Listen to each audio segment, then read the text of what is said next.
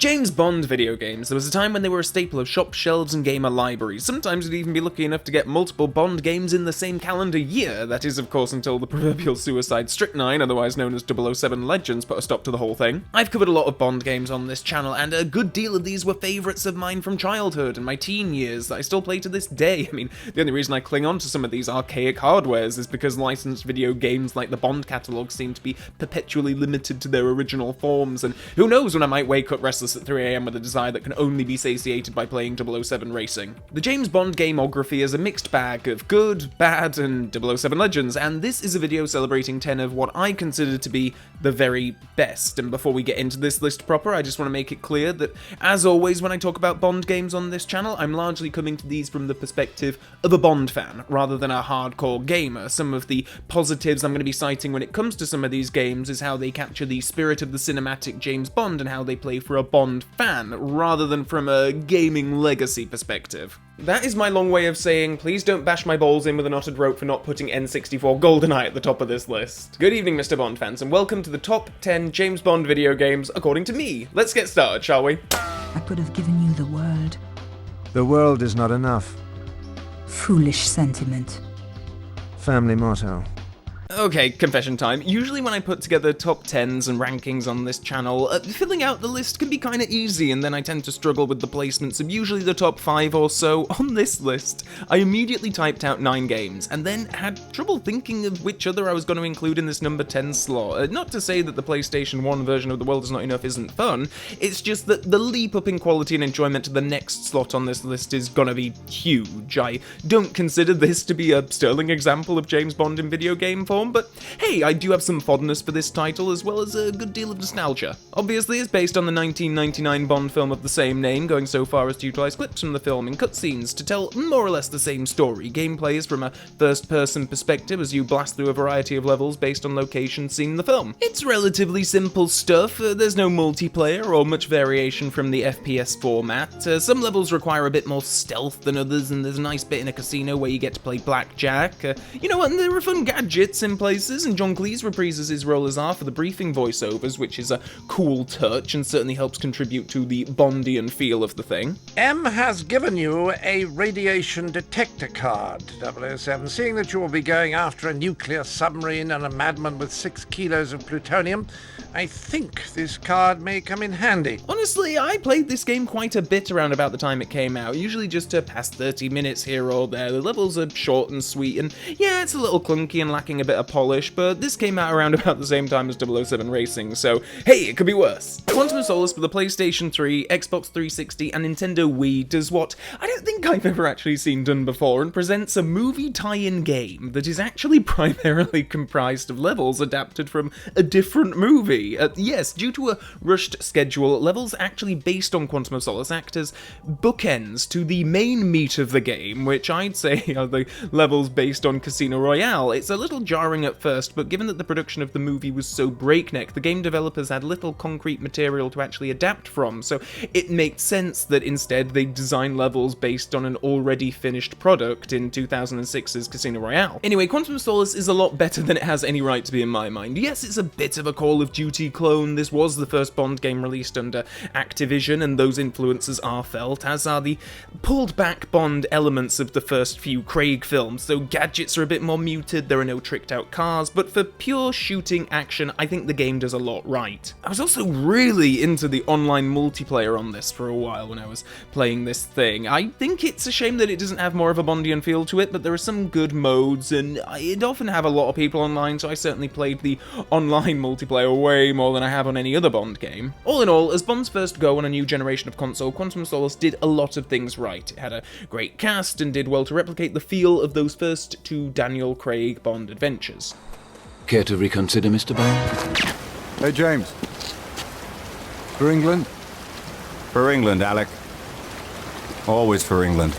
Goldeneye is almost like a brand unto itself when it comes to Bond video games. Every time a new Bond game would come out, all the reviews would be hinged on, is this as good as the N64 Goldeneye? So it's no surprise that games companies would try to invest in that name and that brand recognition. Obviously, there was the fairly bad Goldeneye Rogue Agent, which invented a protagonist with an actual golden eye to make the title work. And then there was the Goldeneye remake? Reimagining? Reworking? Recash-in? Whatever it was, released in 2010 for the Nintendo Wii, and then it was re-released as Goldeneye Reloaded with updated graphics and additional features the following year for the PlayStation 3 and Xbox 360. I own both versions of the game, and while the Wii one certainly has the novelty of being, you know, it's Goldeneye on a Nintendo console, and who doesn't love that, but I certainly played the Reloaded version on my PlayStation 3 a lot more, and it's still the version that I go back to if I fancy giving this another play. It just has that extra polish to it, which is really nice. Activision making a bold and interesting choice to rework a previous Bond's story with the incumbent Bond in the title role. They'd attempt to do this again with 007 Legends, of course, and I can't lie, as a Bond fan, it is slightly jarring to see and hear Daniel Craig interacting with characters like Alec Trevelyan and Xenia Onatopp, even if those characters are played by different actors in these versions. However, the game does have the legitimacy of writer Bruce Firestein, penning the game's cutscenes and dialogue. The writer previously worked on the film version of Goldeneye, and I appreciate that level of continuity. I also appreciate that, barring some obvious attempts at nostalgia baiting, the game does more or less its own thing. If anything, it feels more like an updating of the movie Goldeneye rather than an updating of the video game Goldeneye, though it's obviously trying to straddle both of those things. Fact is, they can't replicate the original game exactly, so much like Kevin McClory remaking Thunderball as Never Say Never Again, I expect the lawyers outnumbered every other department during the making of this thing. Anyway, I think the final product is a very fun first-person shooter with probably the most significant level of polish of any of the Activision-released Bond games. Of the 4 that they produced, this feels like it had the most care and attention going into it, and that's to the game's credit. It's an awful lot of fun to play. Barring a single and very fun tank driving level, though, I do think that the gameplay could have done with a bit more variety. I mean, obviously you have the options in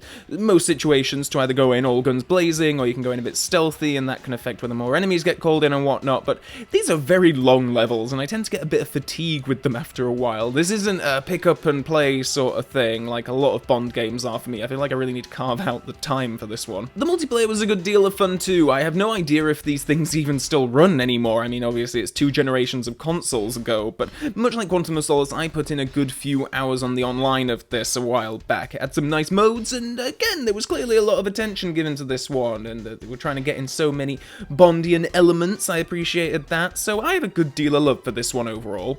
Nice to see you, 007. I was worried that you wouldn't make it in time. Well, that makes 2 of us. Well done. Thank you. May I get you something to drink? Yes, I'll have a bourbon, neat. And what can I provide for the gentleman? I'll have... You'll have a vodka martini. Easily the best Bond game of the Daniel Craig era, I'd say anyway. Bloodstone was released on the PlayStation 3 and Xbox 360, and I guess it was a bit of an unloved child from birth for Activision because it was released on the same damn day that the GoldenEye remake was released on the Wii, and just a few days before the next Call of Duty came out. So with that kind of marketing suicide, inevitably, it went massively unloved and indeed undersold. But it has maintained a good reputation amongst Bond fans over the years, no less because it actually gave us an original Daniel Craig Bond game adventure, and given its release in 2010, it served well to bridge the gaps between the movies, between 2008's Quantum of Solace and 2012's Skyfall. And given that Bloodstone actually works really well regarding Craig-era continuity, it pretty much serves as his 2.5th film. Bloodstone utilizes a third-person perspective, which means they can actually show off the impressive Daniel Craig model that they have, plus it also gives them the freedom to give us cinematic cutscenes rather than have to experience everything through Bond's eyes, which is nice, and gives it that extra filmic feel. The gameplay is a lot of fun, and the environments and characters also feel very much of the Craig-era world. Joss Stone appears as the main Bond girl of the adventure, as well as singing the title song during an opening credits sequence, and there are driving levels behind wheels of Aston Martins. This game is really great, and it gets a lot of points for trying its darndest to feel like an honest-to-goodness Bond adventure, and it works. I think it works really, really well. If they could have kept this style going, and every 2 years or so we got a new Craig-era adventure in this mold, I'd have been ecstatic. cinematic, but no, Activision had to be their own worst enemy and bury the game before it even had a good chance of making its own mark. Yeah, here we go. Okay, I love GoldenEye for the N64. Truly, I adore this thing. The childhood memories, the multiplayer, the pick-up and playability of it. It's obviously the most iconic and influential game on this list, and quite honestly, the Bond license is lucky to have this thing in its association. It has a level of importance in a genre that no other Bond game can claim. And yet, I think the other Bond games that we're going to talk about do a better job at replicating the Bond movie feel, and as such, I'd rate as better Bond games, but again, I don't want to undersell just how much I love GoldenEye, because I really do. Despite following the broad strokes of the plot of the film, the game goes off on its own tangent so much that at times it doesn't even feel like a straight-up movie tie-in, but it expands on the story and the characters of GoldenEye, filling in some of the space between the movie's pre-credits sequence and the main story in particular. And when it is replicating bits from the film, it's doing it to perfection. The makers of the game were actually able to go and visit the film sets, and as such were able to recreate aspects of them in the game, the layout and geography really well. It also has one of the most fun weapons rosters of all Bond games, and the cheat modes you could activate to just go ballistic with are just so much fun. Obviously, the multiplayer is a whole other level of iconic, featuring a few classic Bond characters amongst the lineup. It's quite right that GoldenEye be lauded as its own special little thing, and yeah, objective hat on for a sec, it's the best-selling Bond video game ever, and it was influential to an entire genre of games. So yes, it's the best Bond game in that sense, but it's lacking just a few ingredients that I think the next games on this list possess to make it the best Bond game from a Bond fan perspective. This is a bit of a unique one on this list for me. It's the only game that I don't think I played at all anywhere close to its initial release. I mean, I did have The World Is Not Enough on the PlayStation 1, and I think that when I was a kid I just assumed that, well, The World Is Not Enough on the Nintendo 64. It's the same game on a different platform, right? Well, no, it's a hugely different thing to its PS1 little brother. The World Is Not Enough came out in the year 2000, towards the end of the Nintendo 64's lifespan, and perhaps that's why it's never really achieved the same status as GoldenEye. Like, people were already good to move on to the next generation of consoles at that point, and more influential shooters had been released in the meantime. But honestly, I think The World Is Not Enough actually improves on N64 GoldenEye in a lot of ways. It retains that fun pick up and play quality. Honestly, these days, like now, if I have a spare 15 minutes to kill or whatever, I'll get one of these going on an emulator and just blast through a couple of levels. They're just so much fun, and much like GoldenEye, this game expands upon what we see in the film, and it includes a couple of my favourite levels. One where you actually play through an under attack MI6 running around protecting M and stuff, and then there's a level set on the London Underground where you're chasing the cigar girl assassin, which is awesome. The single player stuff here is just such fun, great gadgets, I absolutely love it. My main regret about not having this game as a kid is the fact that I missed out on a multiplayer which has so many customizable features, great level design, fun weapons, and unbelievable character roster, including unlockables. I think that this game overall has a more classically Bondian feel to it than GoldenEye does, which is why I give it the slight edge here. I feel more like I'm playing through a cinematic Bond adventure with proper cutscenes and attempts at telling a more coherent story. If I were to do a separate ranking for the various versions of The World Is Not Enough, and believe me, there are enough versions of this thing out there for that not to be a massive stretch, this would sure come out on top of the various World Is Not Enough video game adaptations. I'm always surprised when I'm reminded that From Russia With Love for the PlayStation 2, GameCube, and Xbox didn't get all that much love when it first came out, either from sales or from reviews, despite it essentially being a 1960s reskin of the previous year's Everything or Nothing that everybody loved. Gameplay-wise, there isn't much difference between the two. I mean, both of them run pretty similarly as third-person shooters, but the main draw, obviously, to this game for a Bond fan is gonna be that this was truly the last time that the legend himself, Sir Sean Connery, gave an official performance as 007. The game is over, Mr. Bond. I think it's just begun. Or maybe it's my granddad trying to do a Scottish accent. Yeah, it can be a little bit jarring hearing old man Connery coming out of the mouth of young man Connery, but hey, given the actor's contentious history with the role and the fact that he was pretty much retired, certainly from films at this point, it's insane that we got to have this. And I still think it's the biggest argument to be made for this game in particular being preserved with remasters or something, because I'd hate to think that Connery's final Bond performance could be lost to time if this thing isn't ported over to a newer console or remastered in some way. Now, From Russia With with Love is far from the first Connery film I'd cite for an action shooter game adaptation, given its status as one of the more low-key espionage thriller Bond adventures, but the game is more than happy to build on what we see in the film, to the extent that we even have Bond flying around Big Ben in a jetpack shooting down helicopters, because why not? There are obviously levels modelled more closely to scenes from the film, but I genuinely love the additions that they've included to expand the scope, and it makes for some really terrific levels. The final one, involving Bond infiltrating a gigantic Spectre volcano base, is phenomenal, and just kind of makes me wish that they'd just gone ahead and made this a completely original story rather than tying it into From Russia with Love. We could have had a brand new 60s Connery Bond adventure here, but I guess I'm still happy that we got half of that at least. Some of the elements can be a bit jarring. I'll admit that it's a bit weird that the one-on-one enclosed train carriage fight between Bond and Red Grant, their showdown in the film, has been adapted into Red Grant firing at Bond from a giant mechanical spider, but as I say, for the most part, I like the additions that they've made to the film's story for the sake of fun gameplay. I just love exploring these environments too. There's a whole training level where you're just wandering around a 60s MI6 office complete with M and Moneypenny and Q, and I love driving the DB5 around Istanbul. The driving levels are really nice, actually. I like that this game is happy to borrow iconography from other Connery films of the time. I mean, who doesn't want to play as Connery's Bond behind the wheel of a DB5, even if he didn't technically get that car until Goldfinger? The music score just perfectly evokes like that classic John Barry 60s sound too. It's such a shame that this was the last game to come out of the EA Games Bond license run. I feel like they had a really good thing going here, and I'd have loved to have seen follow-up games like this from the other Bonds, Roger and Timothy in particular, but sadly it looks like making a movie tie-in game for a movie that was released 42 years prior wasn't the most lucrative of marketing moves. But I know from my own conversations with other Bond fans and the like, I know that this game does hold a bit of a special place in Bond fans' hearts, and as I say, this is the last time we get to see Sir Sean Connery giving a new performance as James Bond, and I will always cherish this game for that.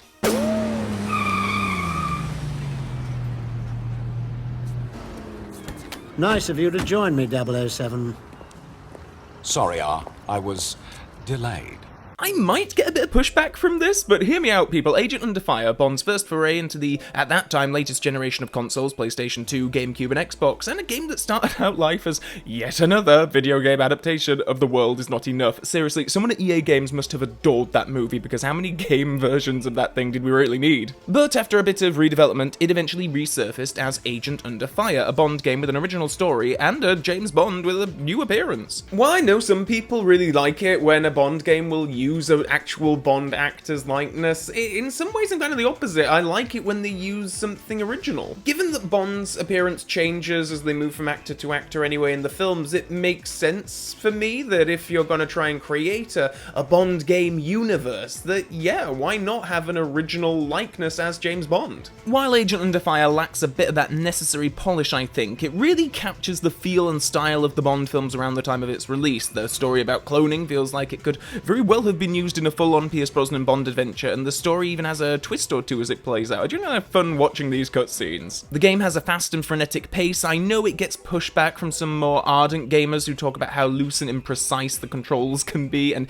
yeah, I mean, bullets are flying all over the place, and physics be damned in the driving levels, but Agent Under Fire represents the perfect cocktail of a Bond game experience for me, with its mix of first-person action, on-rails shooting segments, and driving levels. This still, to this day, is everything that I want from a Bond game. The multiplayer was an awful lot of fun too, and terribly unvain, I want to say. Like, the modifiers that you can apply to games is just phenomenal. Zero gravity, a grapple that you can zip around the level on. It truly feels like a sandbox to explore, and you have free reign over the entirety of levels. There's no like, oh no, we can't let the player see over the side of this wall because it looks like the town is just floating in midair, and I kind of love that about it. If this just had a bit more of a Bondian polish, it could well have been my favourite, but it's lacking some story elements to make it feel like you're truly playing through a Bond cinematic adventure, and just little things like there's no blood trickling down the screen as you die. Like, that would have been a really nice touch, but whatever. Agent Under Fire is still a cracking Bond game and the rough diamond of the series as far as I'm concerned. And while we're on the subject of polish, I don't think any Bond game so far is quite so finely tuned as Everything or Nothing to create as close an experience to actually controlling Bond through one of his own moves movies as this game for the PlayStation 2, Xbox, and GameCube, of course. It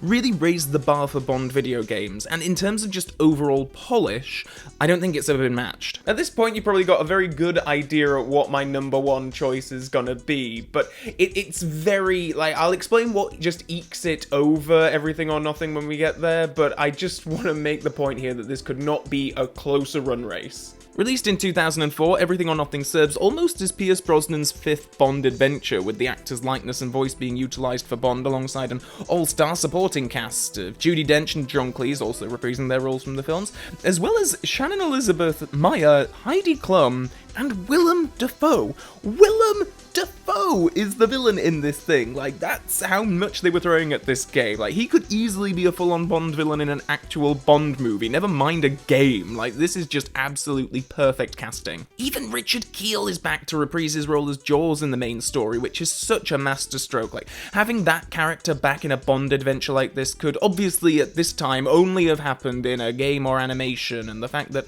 Dafoe's villain has ties to Max Zorin from the films is so great. Like, this story feels like it has really been crafted by people who know and care about the James Bond canon and legacy, and that's just music to a Bond fan's ears. The story about nanobots and diamond mines and the invisibility gadgets you can get feels so well placed in the 007 universe at that time. Sure, for some it might be a little, dare I say, science fiction. We're not science fiction, we're in fact science fact. But given that this was coming out after Dine of the Day, it felt like, yeah, I mean, this was the level of trajectory that felt natural for Brosnan's Bonds. The story has huge scale and scope, and the cutscenes are an awful lot of fun, and the third-person perspective mixed in with the driving levels and on-rail shooting segments is just the most perfectly balanced of any Bond game. I think that the level of what we get of each of these things, I mean, it's just a perfectly mixed and precisely poured cocktail. So before we get to the number one spot, let's have a few dishonourable mentions, shall we?